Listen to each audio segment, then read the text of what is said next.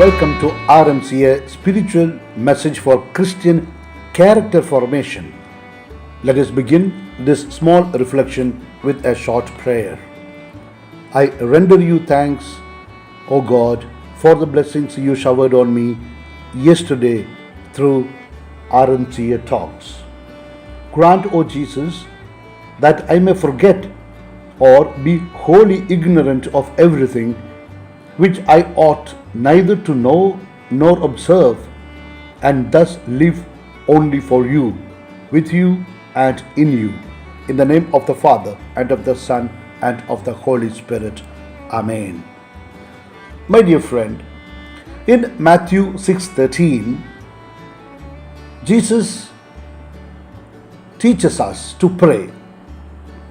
Do not lead us into temptation, but deliver us from evil one. For yours is the kingdom and the power and the glory forever. This is a beautiful prayer taught by Jesus. Now we must ask, why did Jesus teach us this prayer? There is some reason for it. And that reason is, Jesus is aware that we human beings who are weak are always tempted by Satan. And often we do not even recognize that it is a temptation, and we fall in it and we end up doing evil acts.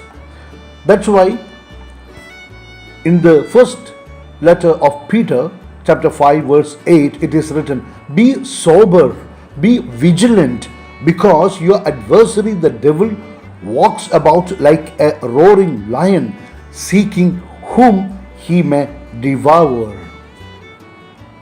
When we are aware that a person sitting to us is a pickpocketer, then we are careful. He will not be able to steal our purse.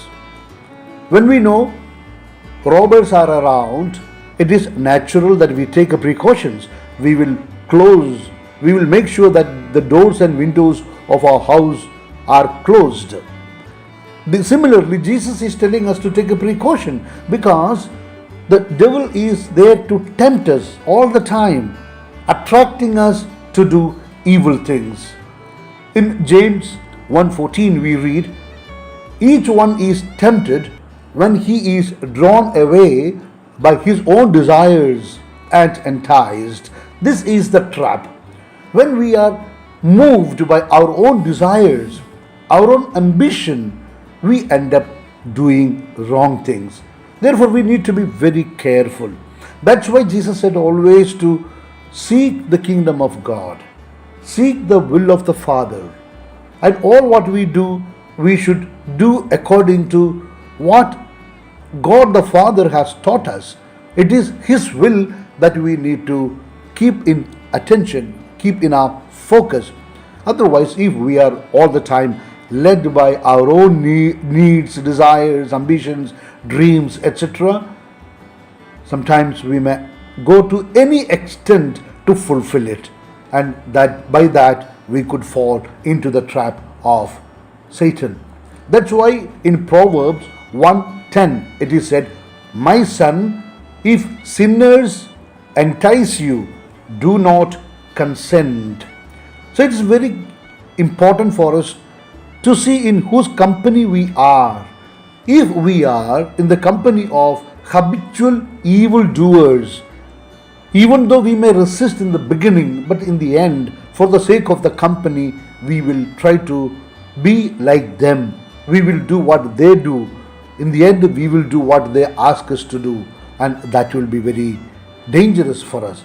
We may be slowly and steadily drawn away from God, and then we are fully into the trap of Satan. That's why in Mark 14:38 Jesus said, watch and pray, lest you enter into temptation. The spirit indeed is willing, but the flesh is weak. And therefore it is very pertinent for each one of us to pray every day the Lord's Prayer, in which this prayer is incorporated. Lead us not into temptation. It is a necessary prayer. Sometimes we do not pay attention to that. And that is why we in the end regret doing the things that we did not want to do, or saying the things that we did not want to say.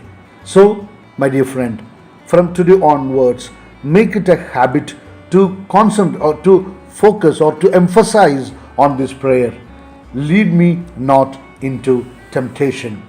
We find in 1 Corinthians 10:13, no temptation has overtaken you except such is common to man, but God is faithful, who will not allow you to be tempted beyond what you are able, but with the temptation will also make the way of escape, that you may be able to bear it. So when temptations are there, don't think that you are locked in. No. When temptations are there, God is also opening a way to exit, a way to go out. We can escape the temptation. We can conquer it. We can resist it. We can defeat it. We can outsmart the temptations that appear on our way. So that must be the courage and the boldness of a Catholic, a person who believes in Jesus. And therefore, what we need to do is what is written in James 4:7. Submit to God, resist to the devil, and he will flee from you. This is a beautiful thing. Satan will flee away from the one who is ready to resist him. So all what we need to do is to resist him, submit to God, keep on calling God, and say no to devil and his desires, no to his designs, no to his plans, no to his organizations or manipulations. For that, all what we need to do is to submit ourselves to God, saying, Lord, lead me not into temptation. Let me conclude this small reflection with a prayer found in Jude 1:24-25. Now to him who is able to keep you from stumbling and to present you faultless before the presence of his glory with exceeding joy, to God our Savior, who alone is wise, be glory and majesty, dominion and power, both now and forever. In the name of the Father, and of the Son, and of the Holy Spirit. Amen. That's all, my dear, for today. It is good to listen to two talks every day. I say this at the end of all my talks. One in the morning and another in the evening. Then you will see what happens to you in your own soul, the movement of the Spirit.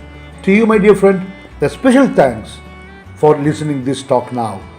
If you liked this, please share it with your friends and relatives. God will bless you abundantly for your generosity and goodwill.